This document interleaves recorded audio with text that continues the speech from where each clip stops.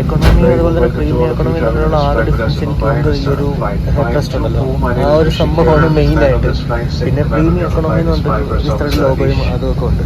വേറൊന്നും അങ്ങനെ കൂടുതലായിട്ട് കാണുന്നില്ല. പിന്നെ സീറ്റ് ഇത്തിരി വ്യത്യാസമുണ്ട് ആ ഒരു ഡിസൈനിലൊക്കെ. നമ്മുടെ ഫ്ലൈറ്റ് കണ്ടോ ഇപ്പോൾ ബാക്കിലോട്ട് പോകുന്നത്.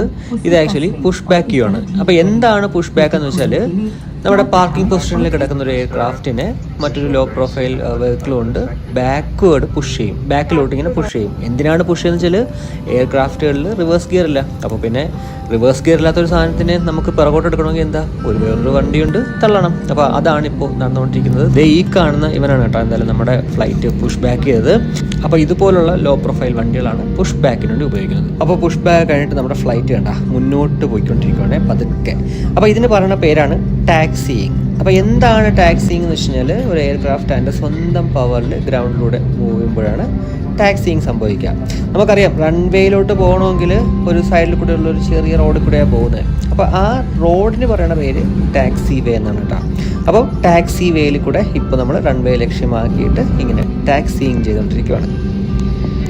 ഈ റൺവേയിൽ തന്നെ കേട്ടോ നമ്മൾ ടേക്ക് ഓഫ് ചെയ്യാൻ പോകുന്നത്. റൺവേ 32.